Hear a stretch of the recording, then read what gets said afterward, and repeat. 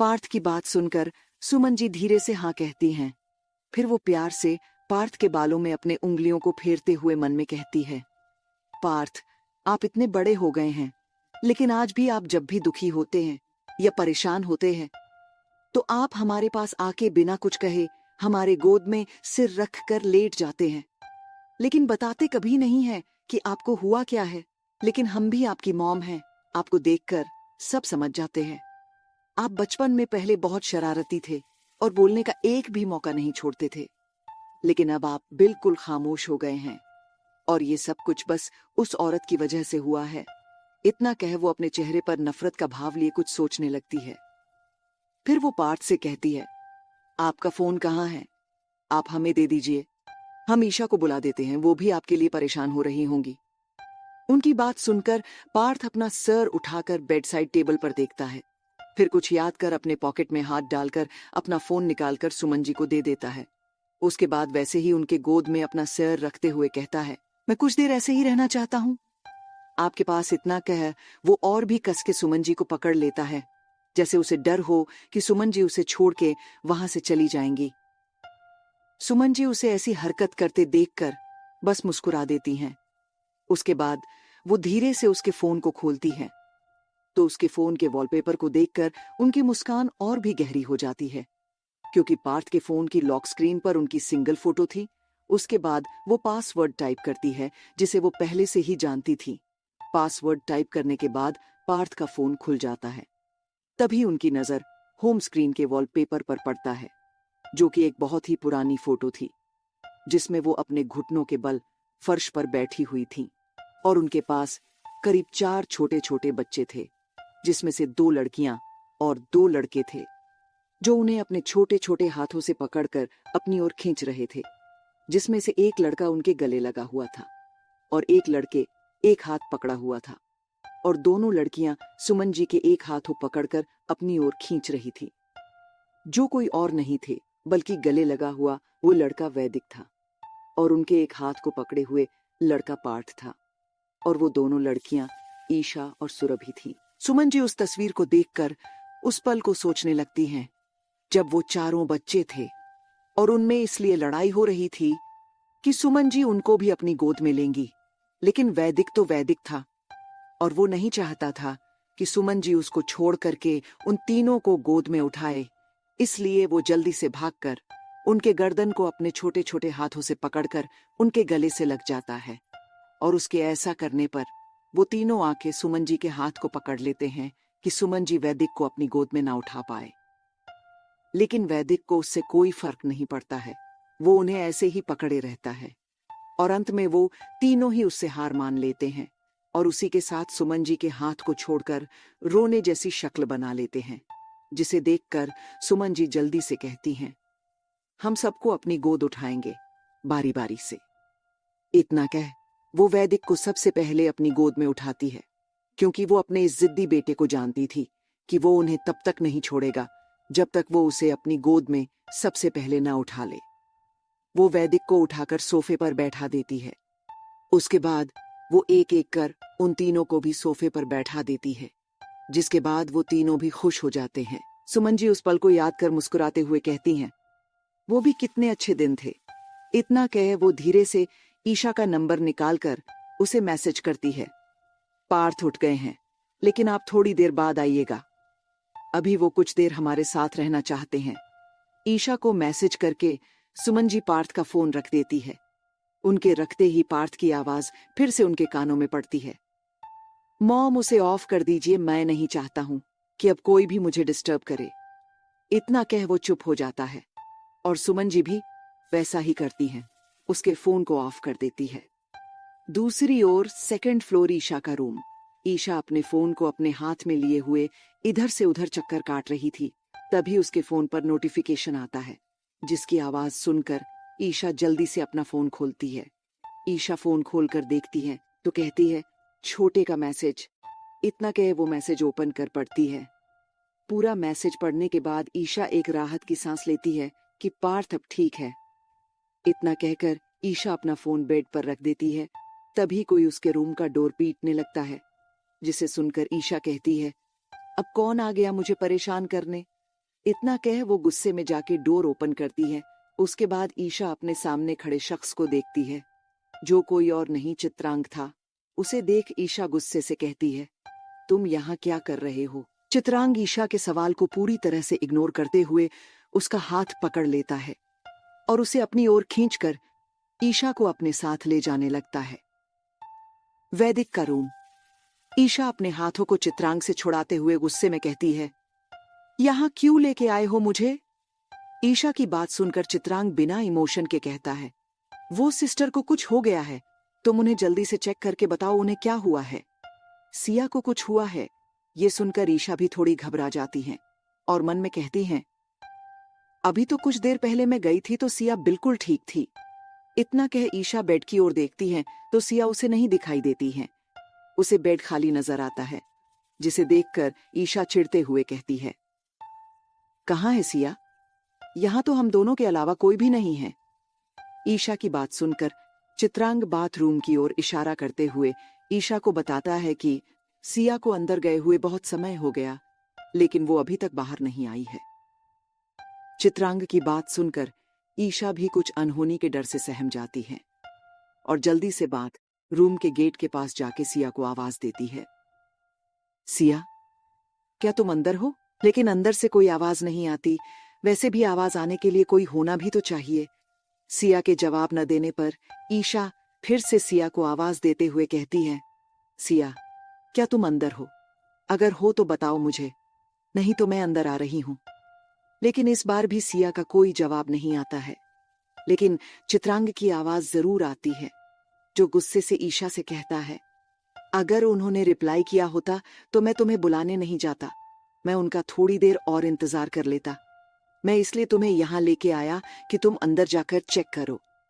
चित्रांग की बात सुनकर ईशा उसकी बातों का मतलब समझते हुए कहती है, तुम्हें बताने की जरूरत नहीं है, मुझे पता है मुझे क्या करना है। इतना कह ईशा धीरे से डोर को पुश करती है। उसके ऐसा करते ही डोर पूरा खुल जाता है, जिसे देखकर ईशा कहती है, डोर को अंदर से लॉक करना भूल गई थी क्या? लेकिन चलो अच्छा ही हुआ, नहीं तो डोर का आज आखिरी दिन भी होता। इतना कह ईशा बाथरूम के अंदर जाकर देखती है तो उसे सिया कहीं नहीं दिखाई देती है, जिसे देखकर ईशा को लगता है कि चित्रांग बस उसे परेशान करना चाहता था, इसलिए उसने उसके साथ मजाक किया। ईशा खुद से कहती, अगर सिया को कुछ होता तो वैदिक को तुरंत पता चल जाता, लेकिन उसने मुझसे कुछ भी नहीं कहा। इसका मतलब इस चित्र के बच्चे ने मुझे बेवकूफ बनाया है। मैं इसे छोड़ूंगी नहीं। इतना कह वो बाथरूम के अंदर से गुस्से से तिलमिलाते हुए बाहर आके चित्रांग के ऊपर गुस्से से चिल्लाती है, चित्र के बच्चे, मैं तुम्हें छोड़ूंगी नहीं। तुम्हारी हिम्मत कैसे हुई मेरे साथ मजाक करने की? ईशा को इस तरह खुद के ऊपर चिल्लाते हुए देखकर चित्रांग उसे घूरते हुए कहता है, तुम्हारा दिमाग खराब हो गया है जो इस तरह से चिल्लाई जा रही हो। चित्रांग के बात को सुनकर ईशा जोर से कहती है, दिमाग मेरा नहीं, तुम्हारा खराब हो चुका है। तुम्हें क्या लगा तुम मुझे बेवकूफ बनाओगे और मैं बन जाऊंगी? तो मैं आसानी से बेवकूफ बनने वालों में से नहीं हूं, समझे? ईशा की बात सुनकर चित्रांग के एक्सप्रेशन बदल जाते हैं। उसके फेस एक्सप्रेशन देखकर ऐसा लग रहा था जैसे ईशा की बातें उसके पल्ले ही नहीं पड़ी हों, और वह ना समझी वाले एक्सप्रेशन लिए ईशा से सवाल करता है, तुम्हारे कहने का क्या मतलब है? मुझे साफ साफ बताओ, इस तरह से बातें मत घुमाओ। चित्रांग के ऐसा कहने पर ईशा सार्कास्टिकली हंसते हुए कहती है, ओह, नाइस एक्टिंग, काफी अच्छी कर लेते हो। इतना कह वो चित्रांग को अपनी खा जाने वाली नजरों से देखने लगती है। चित्रांग ईशा के घूरती नजरों को इग्नोर करते हुए गुस्से से कहता है, जो कहना है साफ साफ कहो। तुम सिस्टर को लेने गई थी ना बाथरूम के अंदर, तो तुम अकेले क्यों आई हो? सिस्टर कहाँ है? उन्हें साथ क्यों लेके नहीं आई? चित्रांग की बात सुनकर ईशा उसके हाथ को पकड़कर अपने साथ लेके जाते हुए उसे बाथरूम के अंदर धक्का देते हुए कहती है, क्या तुम्हें सिया अंदर दिखाई दे रही है? उसकी बात सुनकर चित्रांग बाथरूम को देखता है तो सिया उसे वहां नहीं दिखाई देती है। सिया को वहां ना देखकर चित्रांग अपना सर ना में हिला देता है, जिसके बाद ईशा उसके कॉलर को पकड़कर अपनी तरफ खींचकर कहती है, तुमने जानबूझकर मुझे परेशान करने के लिए नाटक किया ना कि सिया लंबे समय से बात रूम के अंदर है। ताकि तुम कल रात का मुझसे बदला ले सको, जैसे मैंने तुम्हें परेशान किया था। मिस्टर चित्र, मेरी एक बात ध्यान से सुन लो। मैंने सुबह जो कहा था सच कहा था। मैं औरों के जैसी नहीं हूं। अगर मैंने जाने अनजाने में कोई गलती की है तो उसे सुधारना भी जानती हूं। इसलिए कल सुबह तुम तैयार हो जाना और चुपचाप मेरे साथ आ जाना अपने दोनों चमचों को लेके। इतना कह ईशा बिना चित्रांग की बात सुने बगैर उसे धक्का देके रूम में से निकल जाती है। चित्रांग ईशा को जाते हुए देखकर कहता है, अभी मेरे पास समय नहीं है, नहीं तो तुम्हें मैं बताता बेबी की मैं क्या चीज हूं। इतना कह चित्रांग एक नजर बाथरूम को देखकर रूम में आता है और पूरे रूम को ध्यान से देखते हुए कहता है, सिस्टर कहाँ जा सकती है। तभी उसके दिमाग में सिया की बात हिट करती है कि वो खुद चली जाएगी। ये याद आते ही वो कहता है, कहीं वो सच में तो नहीं ना चली गई।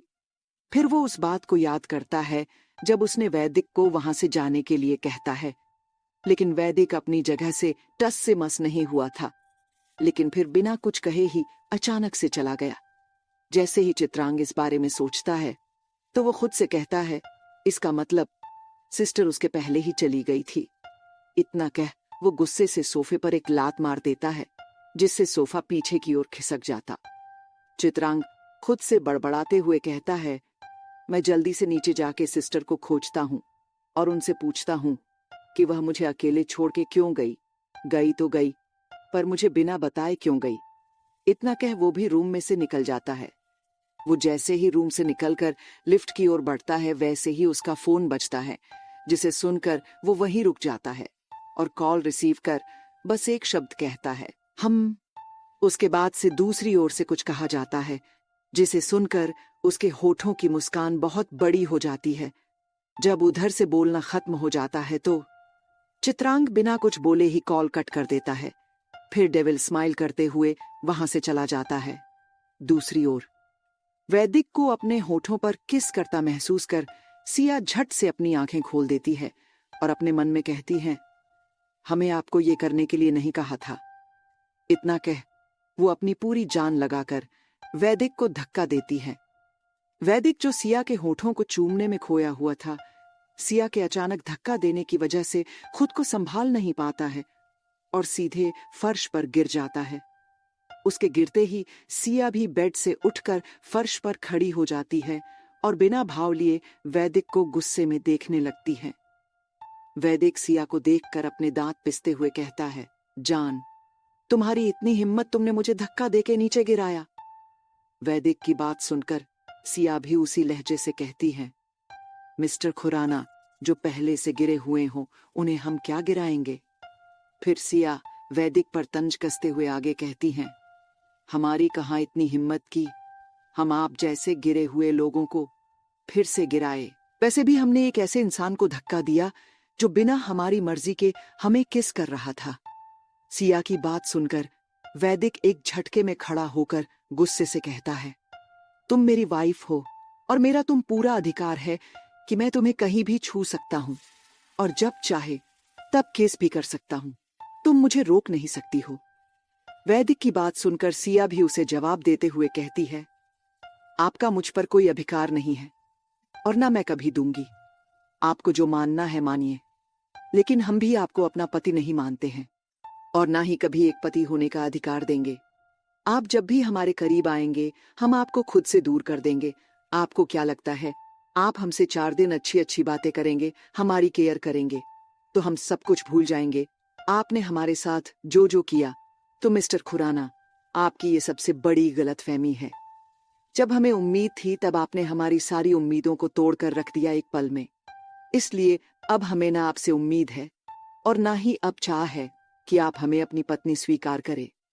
इसीलिए आप ये जो झूठा दिखावा कर रहे हैं ना, कुछ दिनों से उसे बंद कर दीजिए, क्योंकि हमें फर्क नहीं पड़ता है।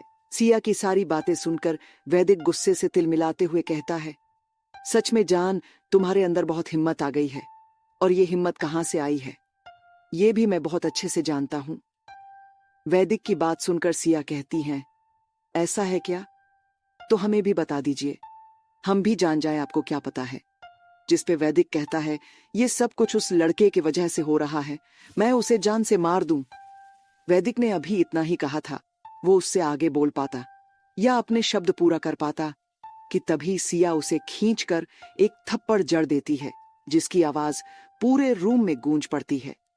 थप्पड़ पड़ते ही वैदिक का सर एक ओर झुक जाता है। साथ ही वैदिक की हेजल ग्रीन आंखें गुस्से से लाल हो जाती है। वैदिक अपने लाल आंखों से सिया को देखता है, जो बिना किसी भाव या डर के उसे ही गुस्से से देख रही थी। सिया उसे खुद की ओर देखते हुए देखकर कहती है, मिस्टर खुराना, आप चित्र को हाथ लगाने से पहले इस थप्पड़ को याद कर लीजिएगा। आपने हमारे साथ जो किया हमने बर्दाश्त कर लिया, लेकिन हमारे भाई के साथ आप कुछ करे ये हम बिल्कुल भी बर्दाश्त नहीं करेंगे। आपकी भलाई इसी में है, आप उससे दूर रहिए और आइंदा से कभी भी उसका नाम भी अपनी जुबान पर मत लाएगा, वरना इसका अंजाम बहुत बुरा होगा। सिया की बातों का वैदिक कोई जवाब दे पाता उसके पहले ही उसका फोन बजने लगता है, जो उसके गुस्से को और भड़काने का काम करता है। वैदिक गुस्से में अपने पेंट के पॉकेट से फोन निकालकर कॉलर आईडी देखता है, लेकिन कॉल करने वाले का नाम देखकर वो तुरंत फोन उठाकर अपने कान से लगा लेता है। कॉल उठते ही दूसरी ओर से वैदिक का खास आदमी कुछ कहता है, जिसे सुनकर वैदिक और भी गुस्से में आ जाता है। फिर अपना फोन उठाकर जोर से फर्श पर फेंकता है। उसके बाद सिया की ओर देखते हुए अपनी सर्द आवाज में कहता है, जान अभी तो तुम बच गई, लेकिन जो तुमने कहा है वो मैं भूलूंगा नहीं। पर तुम मेरे आने का इंतजार करना, फिर मैं तुम्हें बताऊंगा मैं क्या कर सकता हूं क्या नहीं। इतना कह वैदिक तेज कदमों से चलते हुए उस हिडेन रूम में से निकल जाता है। वैदिक रूम में से निकलकर बहुत ही गुस्से के साथ पार्किंग में आकर अपनी कार का गेट खोलकर खुद ड्राइविंग सीट पर बैठ जाता है और अपनी कार स्टार्ट कर खुद वहां से जाने लगता है। ओजस, जो वैदिक से कुछ कहने के लिए मेंशन के अंदर जा रहा था, वो वैदिक गुस्से से बाहर जाते हुए देखकर वो भी उसके पीछे आकर एक कार में बैठते हुए बॉडीगार्ड्स को वैदिक के पीछे चलने के लिए कहता है। कुछ ही पलों में वैदिक के कार के पीछे ओजस की कार और 5 से 6 बॉडीगार्ड से भरी कारें उसे फॉलो करने लगती है। वैदिक गुस्से में बहुत ही तेज ड्राइव करते हुए थोड़ी देर पहले कॉल पर कही गई बात को सोचता है, जो उस आदमी ने उससे कहा था, बॉस, हम कब से पार्थ सर को कॉल कर रहे हैं, लेकिन उनका फोन ऑफ जा रहा था।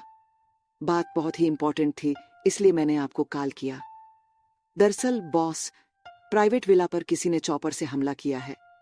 पूरे विला में आग लग गई है और ये आग इतनी तेजी से फैल रही है कि लगता है कुछ ही पलों है पूरे विला को जलाकर राख कर देगी। मैंने फायर ब्रिगेड वालों को बुला दिया है, वो भी आते होंगे, प्लीज आप भी जल्दी से आ जाइए। वैदिक जैसी ये सारी बातें याद करता है, उसका गुस्सा और भी बढ़ जाता है और वो गुस्से से चीखते हुए कहता है, मैं थोड़ा खामोश क्या हुआ, लोगों की हिम्मत बढ़ती ही जा रही है। पहले फ्रॉम हाउस, फिर होटल और अब विला। फ्रॉम हाउस और होटल तक तो ठीक था, लेकिन मेरे विला के साथ छेड़खानी उसे नहीं करनी चाहिए थी। इतना कह वो अपनी कार की स्पीड और भी तेज कर देता है। दूसरी ओर खुराना मेंशन के हिडन रूम के अंदर वैदिक के जाने के बाद सिया कुछ देर तक उस रूम में ही बेड पर बैठी हुई आज ब्रेकफास्ट से लेके अभी तक जो जो हुआ था उस बारे में सोचे जा रही थी, जिसे याद कर उसकी आंखों में आंसू आ जाते और वो उन्हें साफ करते हुए कहती है, चित्र को हमारे बारे में ये सब कुछ कैसे पता चला? हमने तो उन्हें कभी बताया ही नहीं। और तो और उन्हें हमारे और वैदिक जी के रिश्ते के बारे में भी सब कुछ पता है, जबकि हम जितनी भी बार उनसे मिले हैं उन्हें कभी भी ऐसा कुछ भी नहीं बताया जिससे उन्हें ये लगे हमारे और हमारे पति के बीच का रिश्ता अच्छा नहीं है। फिर भी न जाने क्यों चित्र वैदिक से लड़ने के लिए तैयार रहते हैं, लेकिन जो भी हो चित्र को वैदिक जी से दूर ही रखना पड़ेगा। कहने के लिए अभी हमने कह दिया और फ्लो में वैदिक जी को धमकी भी दे दिया। फिर भी ये हम बहुत अच्छे से जानते हैं, अगर वो कुछ करने पर उतारू हुए तो वो कर ही रहेंगे और उन्हें हम क्या कोई भी कुछ करने से रोक नहीं पाएगा। पर इसका एक उपाय है, अगर चित्र उनके सामने ही नहीं आएंगे तो उनकी बहस भी नहीं होगी, और जब दोनों के बीच बहस नहीं होगी तो सब कुछ ठीक रहेगा। फिर अपने पेट पर हाथ रखते हुए आगे कहती है, कुछ ही दिनों में हमारी डिलीवरी भी हो जाएगी। उसके बाद मैं और मेरे दोनों बच्चे, हम तीनों ही साथ रहेंगे और हम तीनों की भी एक फैमिली होगी। इतना कह सिया अपनी जगह से उठ जाती हैं। वो जिस ओर से आई थी और वैदिक गया था वहां आके खड़ी हो जाती हैं। लेकिन उसे समझ ही नहीं आ रहा था कि ये डोर ओपन कैसे होगा, क्योंकि उसमें ऐसा कोई साइन नहीं दिख रहा था जिससे पता चले कि ये यहां से खुलेगा। लेकिन सिया ध्यान नहीं देती है कि डोर के राइट साइड एक फिंगरप्रिंट्स स्कैनर लगा हुआ था, जिस पर फिंगर लगाने से वो डोर ओपन हो जाता है। और वैदिक ने भी अपनी फिंगर लगाई थी, जिसके बाद डोर ओपन हुआ था और वो बाहर स्टडी रूम में चला गया था। सिया थोड़ी देर तक कोशिश करती है, लेकिन उसका ध्यान उस पर अभी भी नहीं जाता है, जिसके बाद वो खुद में बड़बड़ाते हुए कहती हैं, इतने रूम मेंशन में कम पड़ गए थे जो इन्होंने एक हिडन रूम भी बनवाया हुआ है। ऐसा भी कौन सा इन्हें खजाना छुपाना था जो इन्होंने इस रूम को बनवाया है। मैं यहाँ इतने दिन से हूँ और इनके फ्लोर का एक एक कोना जानती हूँ, लेकिन आज तक मुझे भी ये नहीं पता चला कि यहाँ भी एक रूम है। और तो और एक क्लोसेट रूम के अंदर भी क्लोसेट रूम है। क्लोसेट रूम, क्या इन दोनों के अलावा भी कुछ है? इतना कहकर सिया पूरे रूम को गौर से देखने लगती है। ये रूम भी वैदिक के ही रूम की तरह था, लेकिन ये बस थोड़ा सा छोटा था। यहाँ भी हर एक चीज सलीके से रखी गई थी और बेड के सिरहाने वाली दीवार पर वैदिक की कई सारी फोटो लगी हुई थी, जिसमें वो किसी फोटो में बहुत ही कूल तो किसी में एरोगेंट लग रहा था और 2-3 फोटो में उसे अवार्ड दिया जा रहा था जो वो बिना भाव के ले रहा था। उसके चेहरे को देखकर कोई बता ही नहीं सकता था कि वो इसे पाके खुश है या नहीं।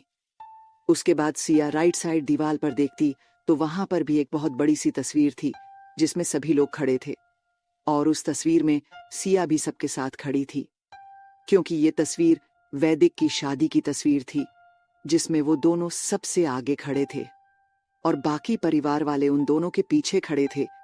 उस तस्वीर में भी वैदिक के चेहरे पर कोई भाव नहीं था।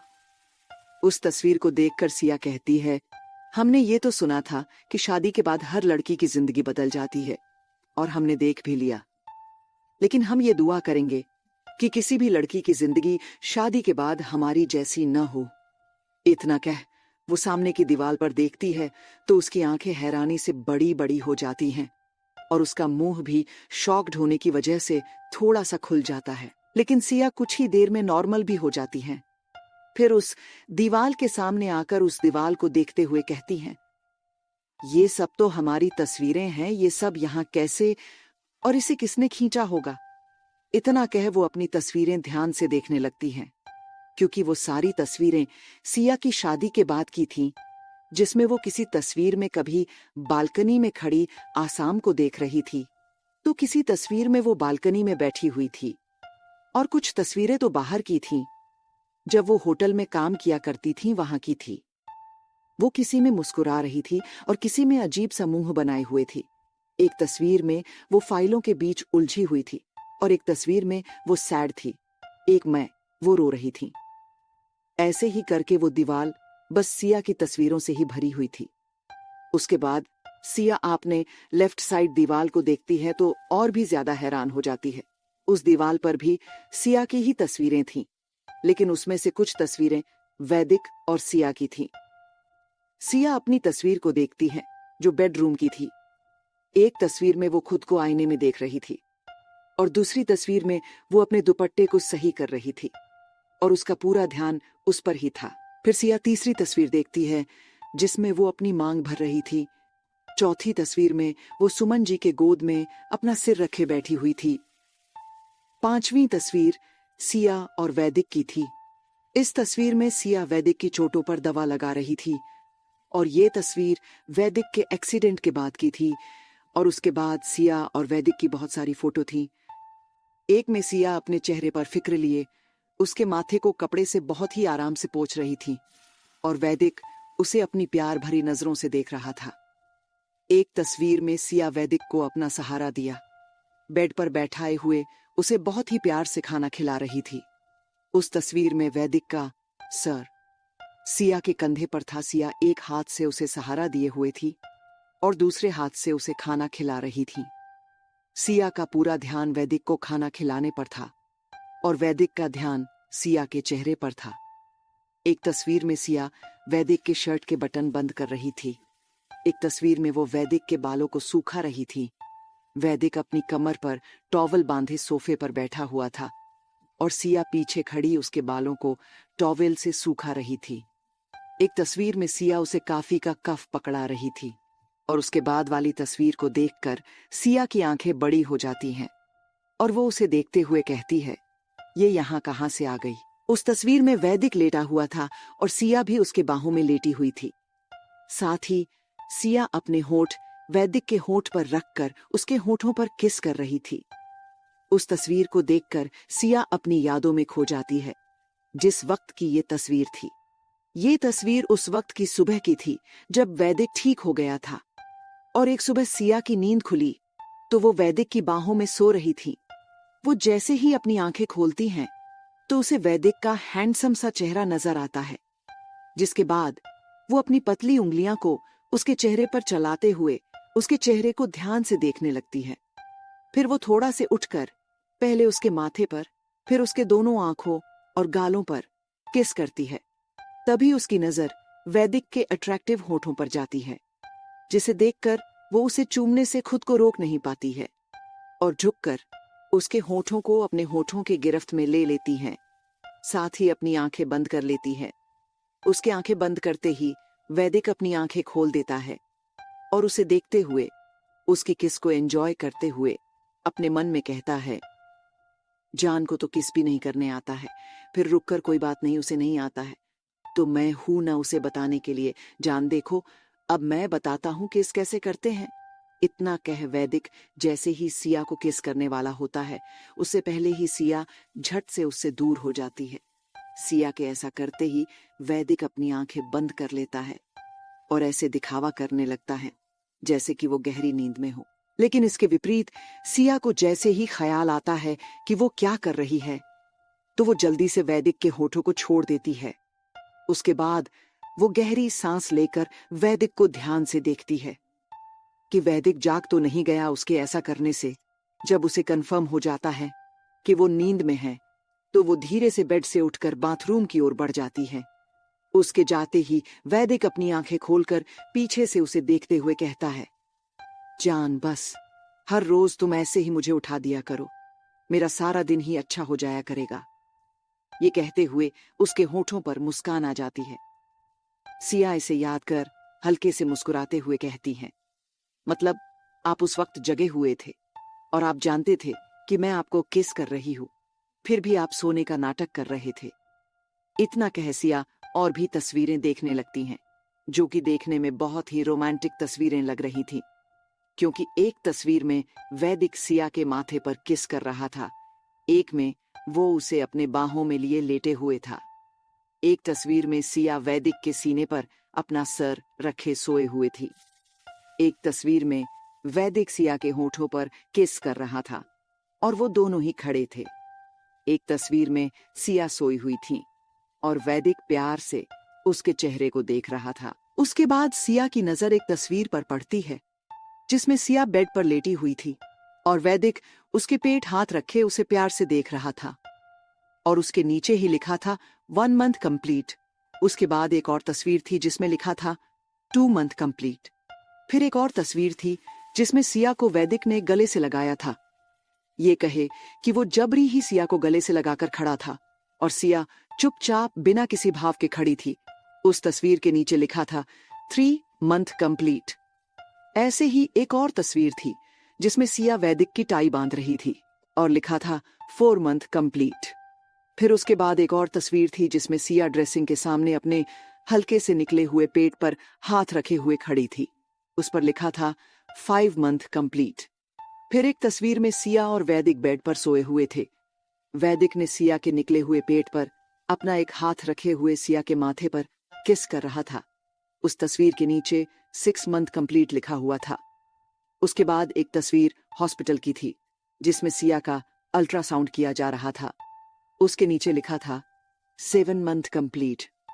और एक तस्वीर में सिया सोई हुई थी और वैदिक उसके पेट पर किस कर रहा था, उस तस्वीर के नीचे 8 मंथ कंप्लीट लिखा हुआ था।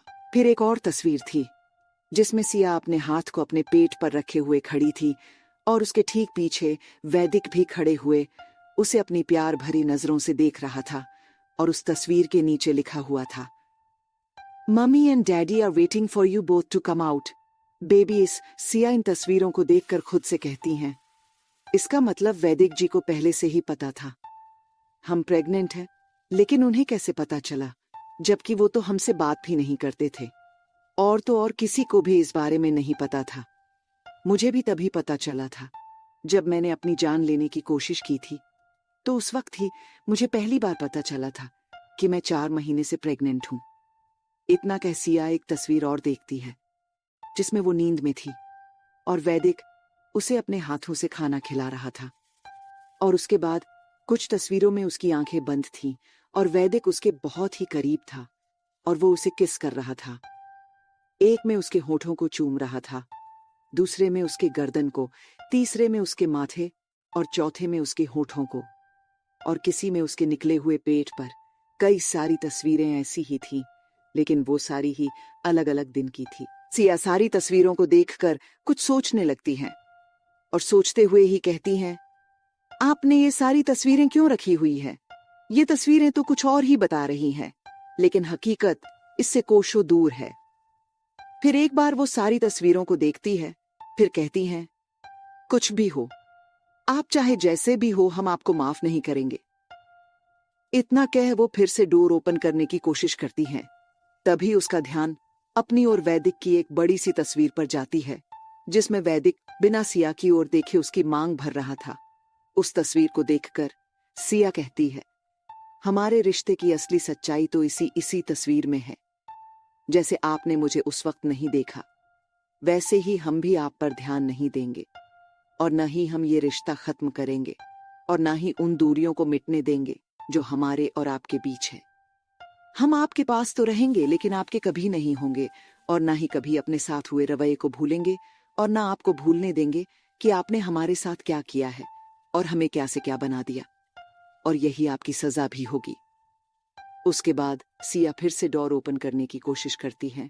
तभी उसके हाथ अनजाने में ही एक स्कैनर पर चला जाता है, जिससे वो दीवार 2 हिस्से में बट जाती है, जिसे देख सिया झट से अपना हाथ वहां से हटा लेती है। उस दीवार को देखकर सिया उस डोर को देखती है जहां से वो आई थी और जिसे वो खोलने की कोशिश कर रही थी, लेकिन वो तो ओपन नहीं हुआ, बल्कि दूसरी दीवार ही किसी डोर की तरह 2 हिस्से में बट गई थी।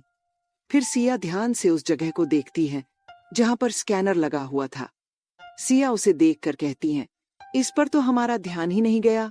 इतना कह वो फिर से वहां पर अपने हाथ को रखती है। उसके ऐसा करते ही वो दीवार फिर से पहले की तरह हो जाती है और उस पे लगी तस्वीरें भी वैसी ही रहती हैं।